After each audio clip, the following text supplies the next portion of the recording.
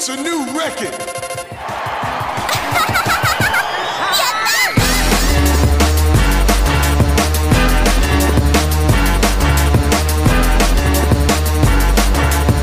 Hey, aventurières et aventuriers du monde du livre-jeu et du jeu de rôle solo, bienvenue à un nouvel épisode du podcast dont vous êtes le héros. Ici Xavier, et oui, j'ai vraiment la forme, car je reviens du plus grand salon aux États-Unis qui est justement dédié au livre-jeu et au jeu de rôle solo. C'était une expérience incroyable.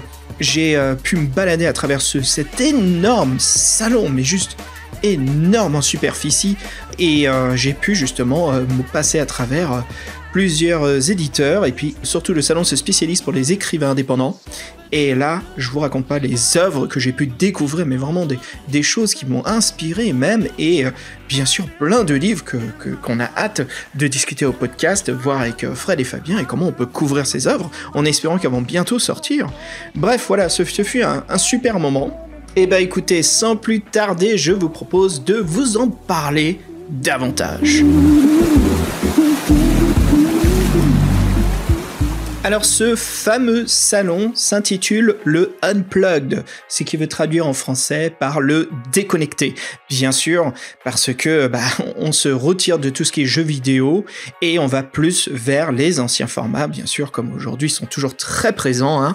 Bien sûr, l'impression, le papier, le jeu, mais aussi il y avait une section au salon qui était sur l'internet, enfin sur le online, le jeu online, parce qu'il y a certains jeux qui peuvent se jouer bien sûr via des plateformes comme D20, Opal Rollist en France, voilà plusieurs plateformes pour les jeux de rôle solo ou les livres-jeux, et qui proposaient comment streamer, comment utiliser ces plateformes un peu pour vous aider à naviguer, à garder un peu votre journal, si plutôt vous voulez faire ça sur ordinateur que sur papier. Moi écoutez, je suis un peu de l'ancienne école, mais j'ai un plaisir à m'acheter un livre et à noter justement mes aventures au fur et à mesure, mes critiques, mon ressenti d'une lecture, parce qu'on lit tellement de livres en tant que passionné qu'au bout d'un moment on peut facilement s'y perdre sur l'émotion qu'on a sur le moment qu'on vient de le finir.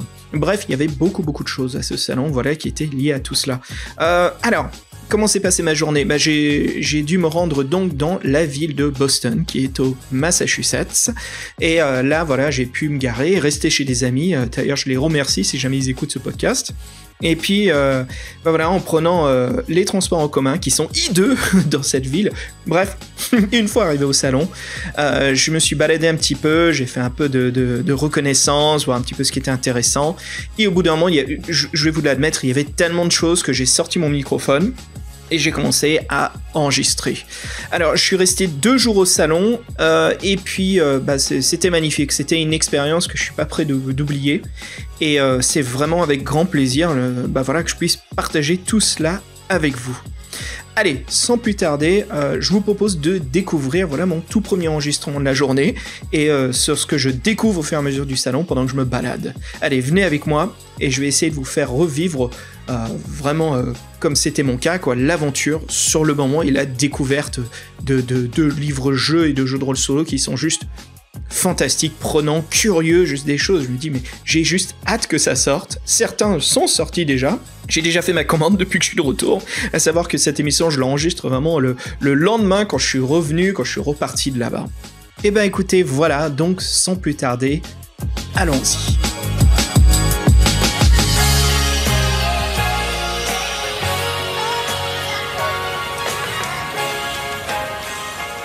Salut tout le monde, voilà, je suis en train de me balader sur le main floor, plateau principal de l'expo. Il se passe beaucoup de choses, super salon, vraiment du jeu de rôle solo, livre-jeu et jeu de rôle, tabletop RPG. Il y a pas mal de choses là, je viens de voir 2 jeux qui étaient vraiment fascinants, très horreur cosmique. Le premier qui s'appelle World of Horror, donc là c'était plus un jeu PC qu'on peut trouver, qui est basé un peu sur les œuvres de Junji Ito, des mangas d'horreur, horreur cosmique. Très très bon. C'est un jeu qui a vraiment ce côté scénario, choix multiples, avec un art design, voilà, si vous êtes fan un peu du style horreur début des années 90 du manga, c'est parfait, quoi. Vraiment super. Et puis un autre qui s'appelle Demon's School. Alors là, c'était un jeu tactique, mais attention, c'est un livre-jeu tactique qui s'ouvre.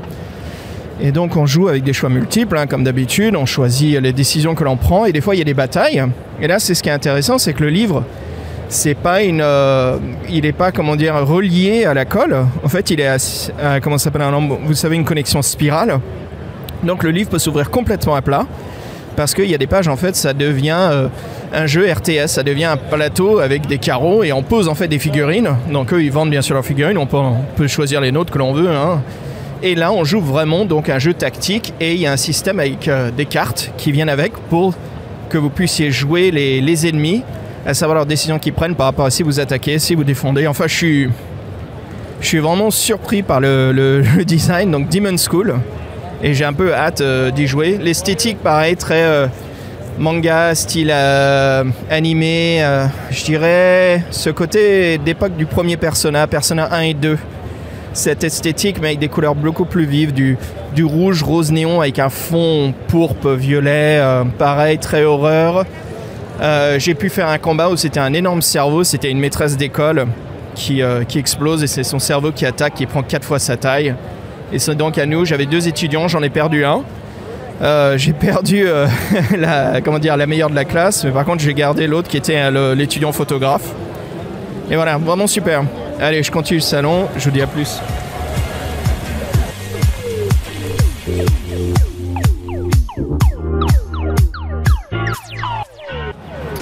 Et de retour, en fait, je suis en train de me balader sur le plateau principal et j'hallucine, il y a un livre-jeu de catch et il y a carrément un match de catch là. Je sais pas si vous entendez. Je vais essayer de me rapprocher un peu. C'est assez dingue ce qui se passe.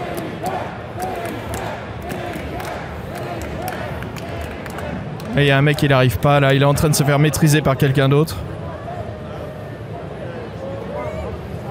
Oh, plaqué au sol. Et là il engueule l'arbitre. L'arbitre il l'accuse d'avoir tiré les cheveux. L'autre il en peut plus. Et le mec il le rechoppe là, c'est lui qui joue mal. Oh. Oh.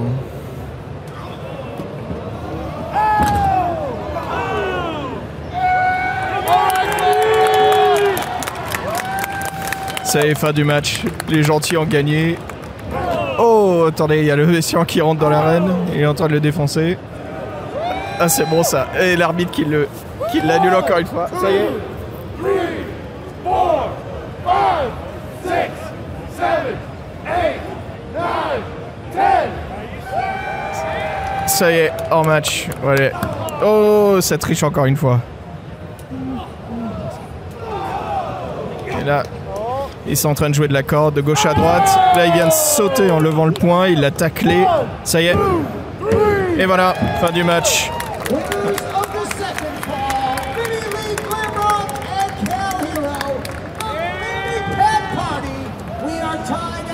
C'est dingue. C'est incroyable. J'ai hâte de voir les résultats, justement, et enfin hâte plutôt de voir le livre-jeu. Parce que là, c'est incroyable, quoi, sur le catch. Donc, un système, il montre de D8. Et donc, on a de l'endurance et en fait du memento. On peut choisir aussi sa classe, qu'ils appellent du flair. Donc, en dépendant de la classe, on utilise notre D8 pour différents types de résultats. Si on veut faire des techniques qui sont, comment dire, plus catch, plus exhibition, ou si on veut faire justement du rentre-dedans, où on veut tricher. Et tout ça, en fait, les Jet D sont des systèmes de, comment dire, influence notre combat pour nous donner des résultats après. Donc, par rapport, en fait, les combats sont en narrative, scripté. Donc, on lance le dé pour savoir si on réussit ou pas notre prise. Il y a aussi, je regarde là dans le livre, il y a aussi, il y a aussi des possibilités de réussite et d'échec. Donc, il y a 3 ou 4 possibilités. Oh la vache, là, il y a un des catcheurs qui vient de mettre la tête de Yoshi et de Mario et qui rentre dans l'arène en tant que Yoshi. C'est incroyable.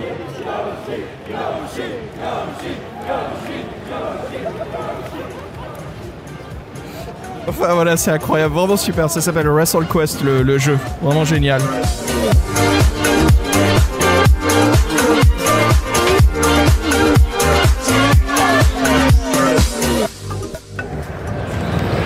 Et de retour, alors là justement je me balade un petit peu du côté accessoires, jeu de rôle, livre-jeu.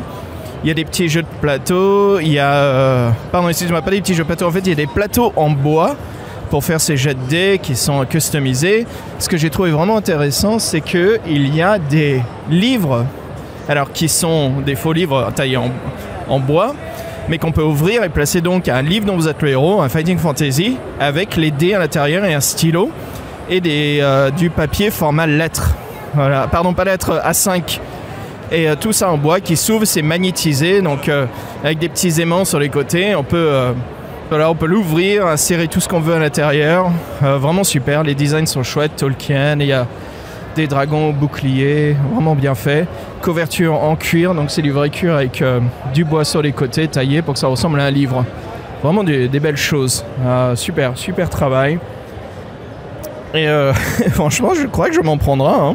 Ils sont pas mal en effet. C'est vraiment sympa parce que c'est comme si on se baladait avec un livre et puis à l'intérieur en fait, il y a un livre quoi, un livre dans le livre, tout ce qu'il faut pour faire de l'aventure livre-jeu, on se balade. C'est vraiment chouette. Alors des accessoires pour les Fighting Fantasy, il y a apparemment un petit livre qui fait quoi, 20 cm sur 5 cm de large, 20 de longueur. Et en fait, c'est un annuaire de tous les monstres de l'univers. Tiens, là, je vois un troll. Et ce qui est sympa, en fait, c'est qu'on vous donne toutes les possibilités dans les livres. Donc, leur stamina et leur force. Et on donne même les possibilités de gains. Et puis, il y a un petit peu d'histoire sur eux. Je regardais aussi les âmes squelettes. Mais comme c'est assez nouveau, je regarde dans Creatures. Vous voyez, ils sont là. Voilà. Secrets of Ceremony, on les voit. Il y a aussi la reine juste à côté. Vraiment très sympa. Juste un petit dictionnaire en fait de tous les monstres et toutes les possibilités des Fighting Fantasy. Ok, là je suis bluffé. Il y a carrément un stand indépendant qui vend des Fighting Fantasy, des défis fantastiques, mais qu'ils ont recustomisé complètement le livre. Couverture cuir, illustré, designé. Là je regarde Death Trap Dungeon, le labyrinthe de la mort. Et ça ressemble à un vieux grimoire avec du sang dessus, comme si la personne a pas réussi à survivre. En fait, ils sont bien morts. Et il y a carrément, je le retourne, il y a carrément des empreintes de sang derrière. Donc ça fait quoi? Ça fait peut-être 3 fois la taille du livre d'origine. Et puis, non, c'est des illustrations d'origine. Bon, esthétiquement, c'est impressionnant de voir des choses comme ça. Par contre, le prix, ok, ça chipote pas... $200 quand même. Ouais. Mais bon, en effet, c'est une belle pièce de collection et puis c'est aussi des objets uniques. Voilà, classique. Une boutique qui vend des dés de jeux de rôle. Et puis il y a carrément un petit stand qui spécialise dans les D6. Turquoise, bleu, jaune. Il y en a un qui est très beau là. C'est vert un peu lagoon. Vous savez, vert turquoise avec...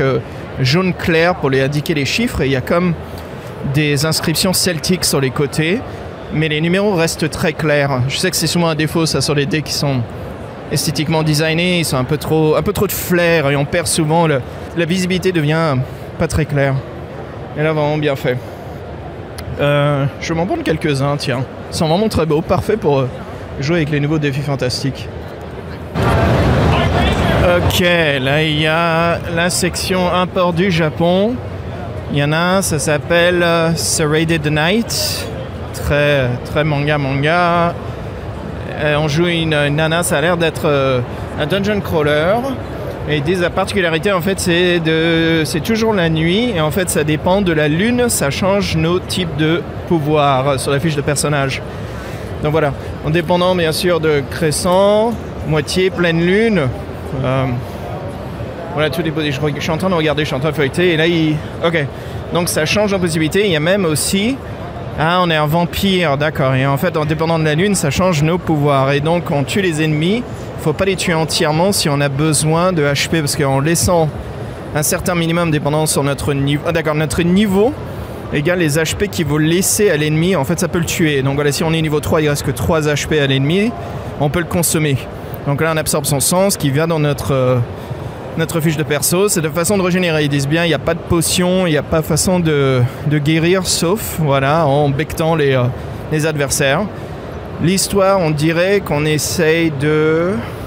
D'accord, on essaie de retrouver notre père qui a été transformé en vampire aussi.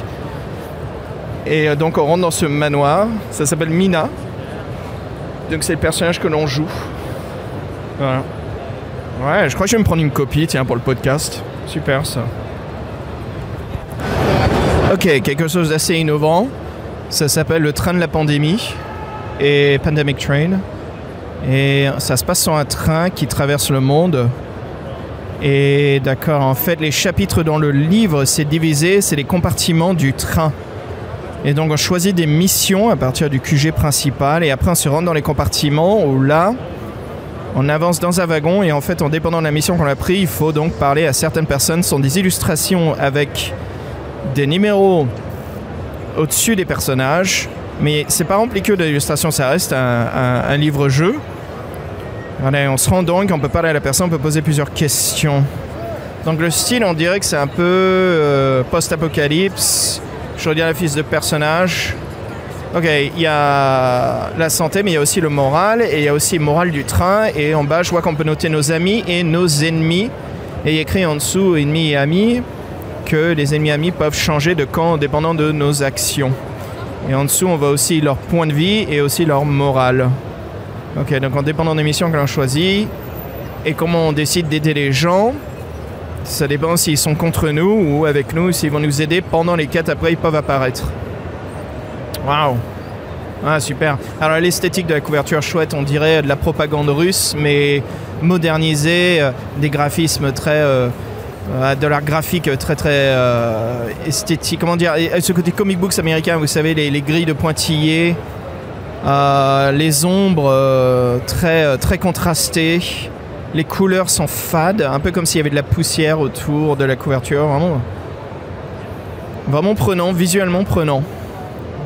Chouette. Comme si la propagande russe, de celle qu'on connaît des années 40, elle était faite aujourd'hui.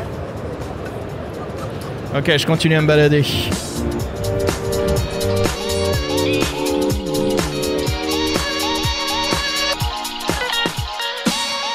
Alors voilà, là c'est après le déjeuner, toute cette partie que vous allez écouter par la suite. J'ai fait une grande erreur, et d'ailleurs bien sûr quelque chose que je sais très bien qu'il ne faut pas commettre, c'est bien sûr de bien vous hydrater pendant un salon. Vous marchez pendant tellement de temps, et là je vous assure que la superficie était tellement énorme, et c'est incroyable parce que c'est une grande salle centrale, énorme, hein, comme un hangar de plusieurs avions en gros, hein. Et puis sur les côtés en fait, donc il y a 2 étages au total, et c'est sympa parce que les étages ils notent, il y a des salles de cinéma, en fait des salles de conférence pardon, et ils notent ces salles par rapport à des animaux. Donc bien sûr tout ce qui est rez-de-chaussée c'est des animaux de terre, et tout ce qui est à l'étage d'au-dessus, voilà, c'est des volatiles.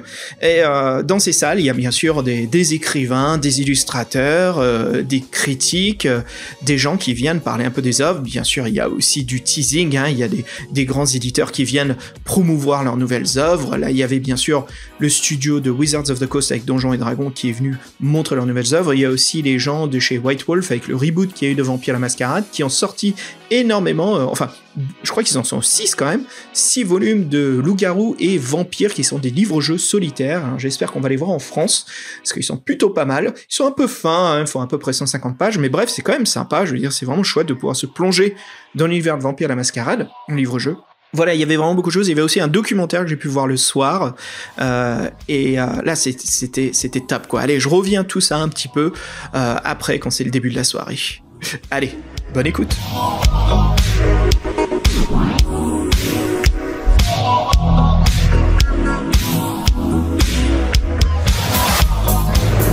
Ok, là, il y a un écran amusant. Il y a les notes, on peut venir et noter les livres-jeux, les jeux de rôle et les jeux de rôle solo, 3 catégories. Une 4e, là il y a jeux de plateau aussi, je suis pas encore allé voir les jeux de plateau. Et donc on peut choisir un peu ce qu'on a préféré. Alors je regarde un petit peu ce qui marche. Dans les jeux de rôle, c'est Alterum. Alterum Shift, je connais pas du tout. Je regarde dans les livres-jeux, c'est Mina, donc c'est celui que je vous ai parlé un peu plus tôt du vampire, on doit aller sauver son père, numéro 1. Et puis, 3e catégorie, là, jeu de rôle solo, ça s'appelle le culte des invisibles, The Cult of the Invisible. Ça, c'est intéressant. Ok, je vous recontacte rapidement, je vais aller voir ce que c'est, ce jeu de rôle solo.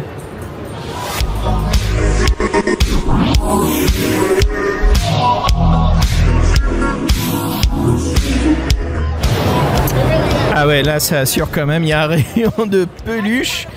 Et c'est que des peluches, des Fighting Fantasy, il y a tous les ennemis là, le troll à 2 têtes. Il y a Yastromo. Oh la vache. Ça s'appelle Ibo qui fait les peluches. Local. Ah sympa. Ah, Zaradanmar. Oh la vache, la tête qu'ils lui ont fait. À la place des yeux, ils lui ont mis des boutons dorés. Eh ben.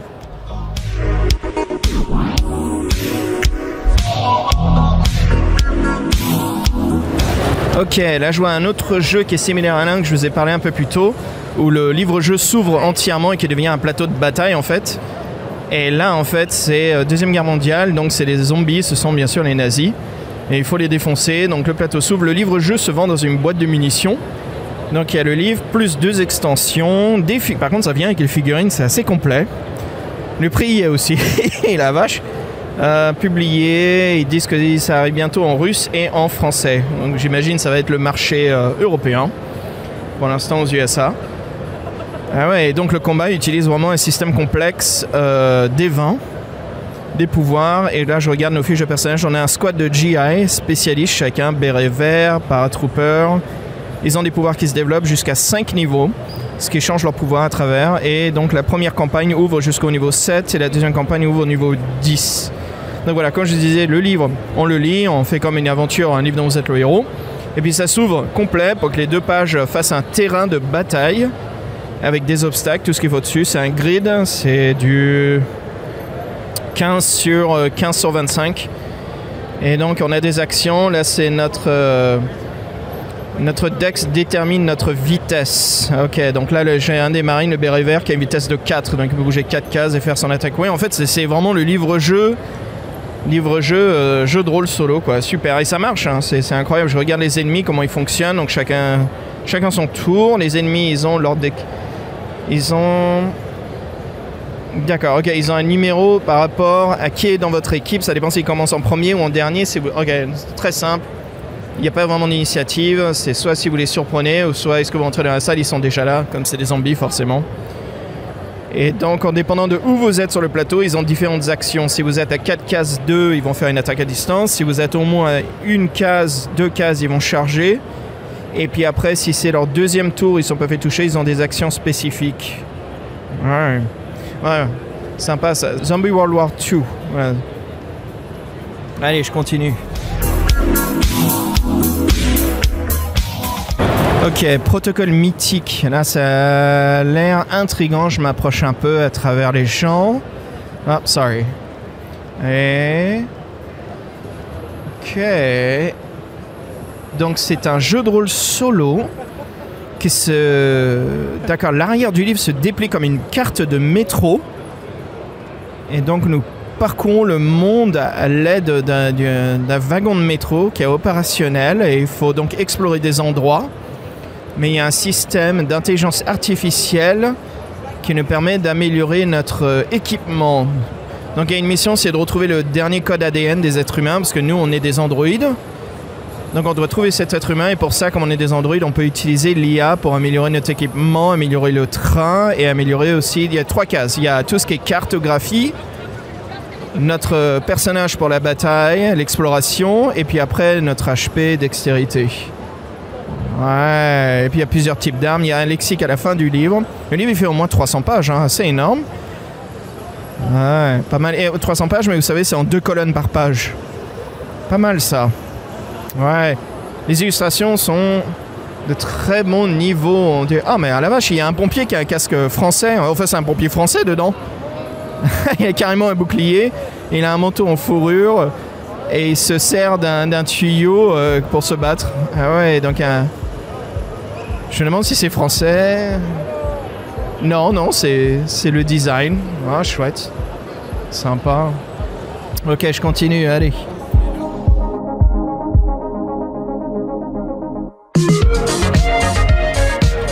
Ouais, je suis en train de passer juste à côté des gens là qui sont déguisés. Les 3 magiciens, Balthus Dir, Yastromo et Zaradanmar. Super. Attendez, je vais essayer de leur parler vite fait. Ok, j'essaie, je tombe à chance. Hey guys, how's it going? I love your costumes. Thank you. Really awesome. Yeah, can you tell me more about them? I mean, mine is sort of emulating one. Okay. Really Jedi. Yeah. Perfect. Spot on. All right. Counts, you know, Yeah. Nice. Good colors. Yeah. All right. Right on. All right. Thank you very much, guys. Hey, cheers. Ouais, alors je parlais un petit peu, il me disait justement leur inspiration venait forcément les livres, il n'y a pas autant à développer, donc ils sont inspirés en fait des Jedi, quoi, des magiciens et Jedi, parce qu'ils retrouvent en fait un peu le même symbolisme des capes, et puis après ils ont ajouté plein de flair, plein de couleurs, bien sûr pour donner ce côté sorcier avec tous ces gris-gris, ces outils accrochés à leur ceinture. Ah, c'est du beau travail. Quand on est fan, il n'y a pas de limite, quoi, c'est du beau boulot.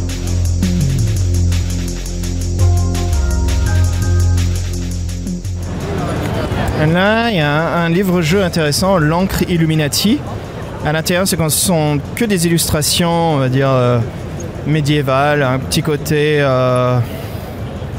12e siècle saxon. Et en gros, ce sont des puzzles, il se passe des choses. Et ce sont des animaux déguisés en guerriers, donc humanisés. Et ce sont des puzzles, donc chaque ligne en fait, on voit les animaux, il faut déterminer comment le combat se passe. Ça développe l'action choisie. Et puis ça nous amène en fait à une autre possibilité, c'est très accentué sur le combat, pas trop sur l'histoire. Les personnages évoluent et en gros ça développe la fresque, la fin du livre, donc des illustrations du livre. Donc le but au début c'est de faire certains choix qui nous permettent d'évoluer les personnages. Ah ok, donc il y a les parents, les grands-parents, les trisaïeuls, tous se développent. En gros, il faut arriver à une certaine génération, il est bloqué, il est gardé dans notre groupe. Voilà, donc c'est des chapitres, à chaque chapitre, il faut avoir une certaine génération qui arrive à survivre. Et si on se retrouve avec la génération d'après, bien sûr, ça veut dire qu'on a perdu des membres. Donc la difficulté change et le chapitre change par rapport à ce qui se passe. Parce que les personnages ont des dialogues, donc ils se parlent entre eux, et il y a une évolution. Donc tout dépend de avec qui ils sont.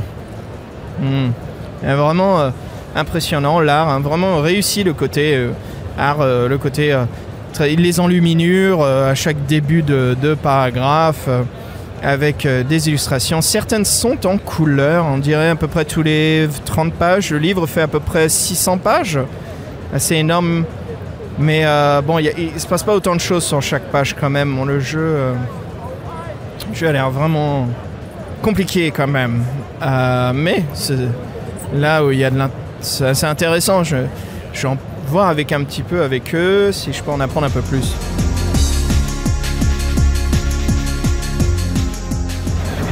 Ok, donc j'ai pu parler avec les concepteurs et ils m'ont expliqué en fait que le jeu se développe, comme je voyais, en fait, des générations. Et si on n'a pas les bonnes générations, en gros, on les débloque.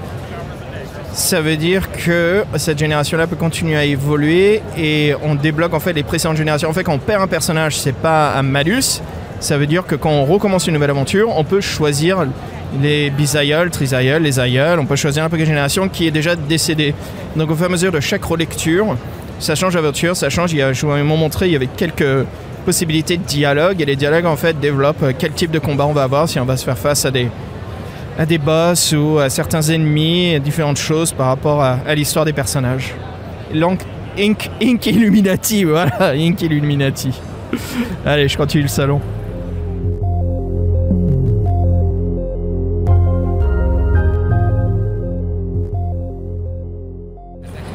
Ok, là il y a un livre-jeu qui s'appelle VCR Vice. On joue un flic, c'est dans un univers alternatif synthwave années 80. Et on est un flic qui utilise le hacking pour trouver... Alors le livre-jeu, c'est comme des écrans d'ordinateur. Vous savez, ça me fait penser vraiment à Windows 95. Avec du dialogue sur les côtés, il y a des chats des fois qui apparaissent. Donc si l'icône est illuminée, voilà, on tourne au paragraphe et donc on voit le développement du dialogue. Après, il y a des écrans, d'accord, on regarde en ligne pour trouver des suspects et après, on peut se rendre à leur lieu de rendez-vous. Et pour ça, il faut trouver où est-ce qu'ils travaillent. Ok, donc le livre, c'est un peu comme si on faisait une recherche Google dans un monde alternatif. Trouver des gens, les suspects que l'on cherche, les interviewer. Et là, je vais prendre au hasard. Voilà, il s'appelle Phillips Anders. Et si je lui parle, et il me dit, c'est pas pourquoi, il connaît pas le crime. Et là, je vois qu'on perd du statut de flic, donc c'est sur 100 et je viens de perdre 5 points. Alors à mon avis, ça veut dire que j'ai pas interrogé le bon suspect. Mais bon, c'est comme ça.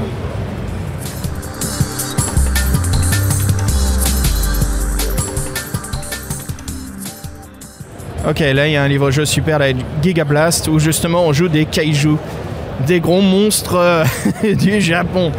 Et on choisit au début son kaiju, il y en a un qui ressemble absolument à Godzilla. Il y en a un autre, c'est un gros comment ça, papillon de nuit, Mothra. Il y en a un, c'est un robot, bref. Et donc il y a des missions, c'est de réussir à traverser la ville. Et en fait, en dépendant des choix que l'on prend, ça augmente une barre d'intensité de l'armée qui veut faire feu sur nous ou pas, tout dépendant de combien de bâtiments on défonce. On fait des jets de dés. Alors on choisit déjà le quartier, en dépendant de la taille du quartier, on choisit un dé. Donc là, si on passe par le quartier, il y a Red Quarter, le quartier rouge. Dé de 12, donc on roule un dé de 12, ça détermine le nombre de bâtiments qui sont dans notre chemin dans ce quartier-là. Donc bien sûr, le plus grand le quartier, le plus de possibilités... On peut défoncer les bâtiments, comme ça change le dé. Je vois qu'ici, c'est Downtown, c'est un D20, en effet, un peu le chaos. Et après cela, on roule un D6 en dépendant de nos compétences et possibilités. Et ça, après, donc, le nombre de bâtiments que l'on descend augmente cette barre. Et après, c'est l'armée qui... Oui, en effet, on se passe quelques pages, on voit ici, et l'armée qui nous fait face. Et là, après, ça utilise les statistiques de défense et nous, nos attaques. Et ok, là, il y a un système d'XP. Un système de pouvoir où on peut utiliser nos attaques. Donc là, je regarde, c'est un peu le méca, équivalent du méca Godzilla. Il y a une pince éclair, les yeux foudroyants, les rayons laser en sortant du torse. Et en gros, pour réussir ces attaques, il faut utiliser une gauge de pouvoir. Là, c'est écrit Battery Power, pouvoir de batterie. Et puis après, il faut faire un jet de dés spécifique pour savoir si ça détermine assez de puissance pour défoncer le char ou les gens qui s'opposent. Et donc on arrive à la fin de chaque... on dirait qu'il y a plusieurs chapitres. Ah, c'est bien pour la longévité. Et donc on se combat contre un autre adversaire. Et là c'est la grosse baston. Ok, ouais. Ouais. Sympa quand même, un livre-jeu Godzilla.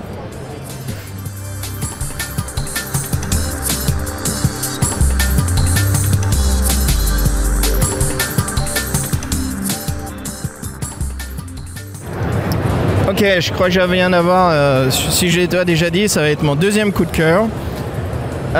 Terrarium, donc Terra et puis Neum, et c'est écrit N-E-W-U-M, Newum, Terranium. Et puis donc c'est un livre-jeu où on doit replanter le monde post-apocalypse, mais avec un côté optimiste, où on a un camion, parcourt le monde, il faut trouver des graines et planter les graines. Donc il n'y a pas de bataille, mais c'est plutôt un système de conversation, de charisme, de soit mentir. Il y a que des skills sociales sur la fiche de personnage. On avance à travers le livre. Et là, tout est sympa, mais vous dites, Xav, qu'est-ce qu'il y a d'exceptionnel ? Eh bien, quand on acquérit les graines, il y a une partie de livre qui est découpée. On montre qu'on peut couper avec des ciseaux. Et en fait, ces parties-là de la page, elles sont un peu plus épaisses. Et c'est qu'en fait, il y a des graines qui sont à l'intérieur du papier. Et c'est expliqué, là je viens de parler avec les développeurs, qu'on peut couper la carte, la planter et ça fait pousser un arbre. Alors je demande au mec, je dis mais c'est quoi comme arbre ? Chêne, cactus ? Et le gars il rigole, il fait on sait pas. Je dis bah écoutez, je vais m'acheter je me suis acheté le livre et puis je vais les tenir en courant via notre Instagram du podcast dont vous êtes le héros. Et puis comme ça on verra bien ce qui se passe. Mais quelle innovation quoi comme idée. Alors c'est vrai que pour ceux qui n'aiment pas trop couper les pages de leur livre, je vous propose d'acheter 2 livres. Par contre, non ça va encore le prix, c'était $15. C'est pas trop énorme, mais super innovant.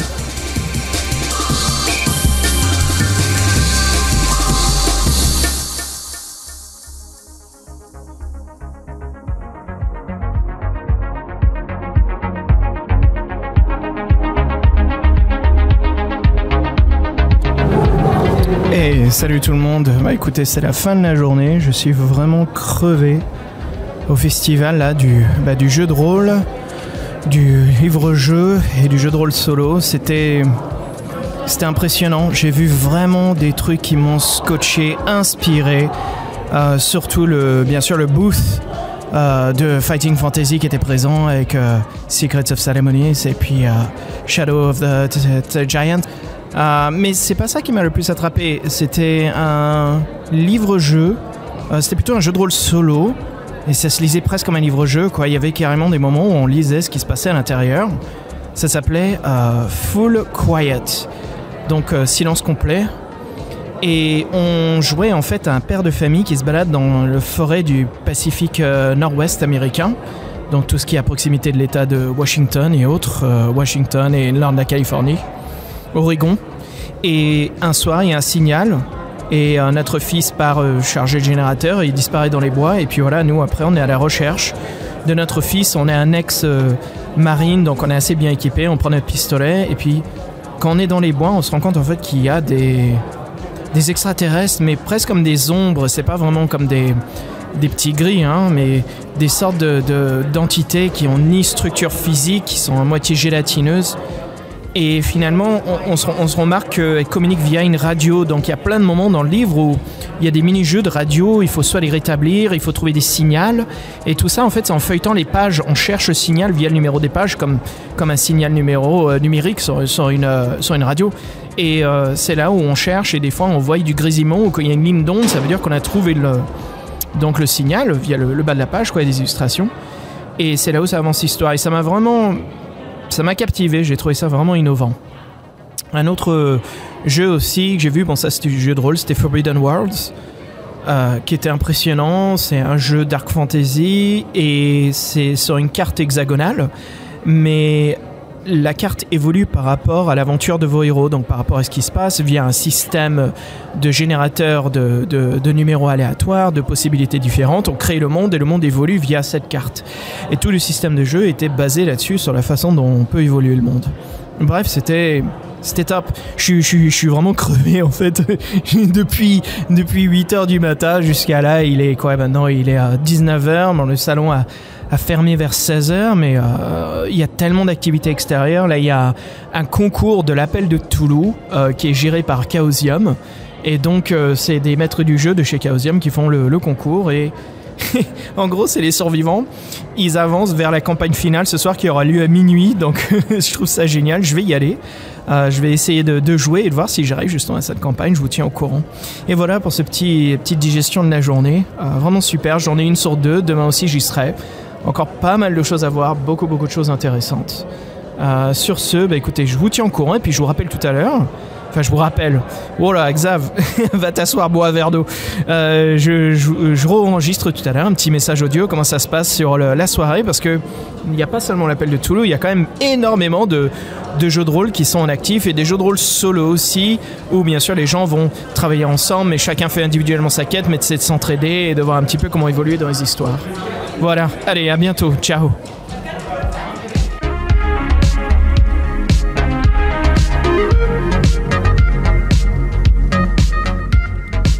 Hey, Xavier ici de retour. En fait, juste pour vous dire que j'ai été pris par l'épaule, en fait, par un groupe de joueurs qui cherchaient quelqu'un, un joueur en plus. Et c'était pour un jeu de rôle sur le catch américain, inspiré heavy, comme on dit, lourdement, une très bonne façon sur le catch des années 80, surtout fin 80, ce qui était la WWF. Et c'était chouette à jouer, qu'on a fait une petite heure ensemble. Donc en gros, on joue des catcheurs et il y a des scénarios, comme au catch, quoi. On a nos antagonistes, nos heels, comme on dit, les faces qui sont les gentils, des managers si on veut. Et en gros, les bastons, en fait, c'est les matchs de catch. Alors comme bien sûr c'est planifié, le truc c'est que dans ce jeu-là, c'est pas du tout. C'est vraiment, on essaye de gagner, c'est très important par rapport à l'évolution de son scénario. Le système de vie, en fait, c'est un système qu'ils appelaient infâme. Donc, infâme et héroïque. Donc, bien sûr, infâme quand on devient méchant, et héroïque si on veut. Et ce système permet, en fait, de pas toujours vouloir choisir quel type de catcheur on veut être. Des fois, on va commettre des actions où on va changer nos fans qui cherchent plutôt quelqu'un à la Hulk Hogan, vous savez, le American Hero. On va tomber plutôt sur un Undertaker qui est l'antagoniste, hein, ou beaucoup de carrières comme ça du catch, quoi. C'est vraiment, vraiment intéressant. Et ça se lisait vraiment comme une aventure. Bref, vraiment à commenter. Ça s'appelait Bromania, je crois. Donc vraiment le jeu de mots sur le terme bro, hein, américain, genre pote, poteau. Donc Bromania au lieu de WrestleMania. Et là, justement, je suis en file d'attente pour voir les créateurs du jeu qui vont nous causer justement de leur inspiration et comment ils en sont arrivés à écrire, à produire ce jeu de rôle. Voilà, allez, à la prochaine.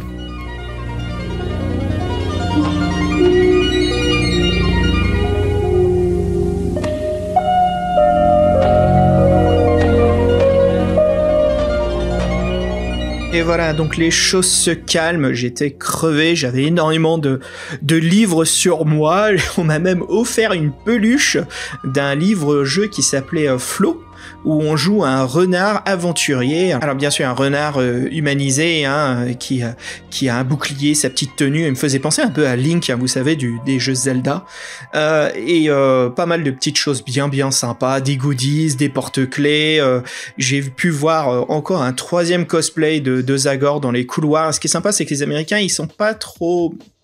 Seuls vraiment les plus fans, les plus nerds, comme on dit, ils connaissent très bien les Fighting Fantasy, mais vous savez, comme c'est anglais, ils connaissent pas trop bien, ils connaissent plutôt tout ce qui était les livres-jeux Donjons et Dragons. Et là, on revient toujours à Donjons et Dragons, et là-bas, justement, j'étais l'un des aficionados, des maîtres du jeu, des gardiens, des keepers, de l'appel de Cthulhu.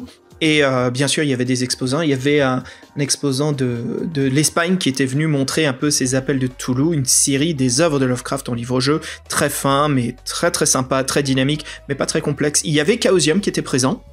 Chaosium, donc, pour ceux qui savent pas, c'est l'éditeur de l'appel de Cthulhu, du Chaosium, du jeu de rôle, qui, bien sûr, a quelques livres qui sont des livres-jeux, quoi, des livres dont vous êtes le héros, et qui sont faits vraiment pour, comment dire, initier un peu des nouveaux joueurs au jeu de rôle. Mais ça a tellement pris effet, ça a tellement bien marché, tellement plu aux vétérans, qu'ils en sortent de plus en plus, qui sont faits un peu comme des challenges pour ceux qui croient être vraiment des investigateurs de haut niveau.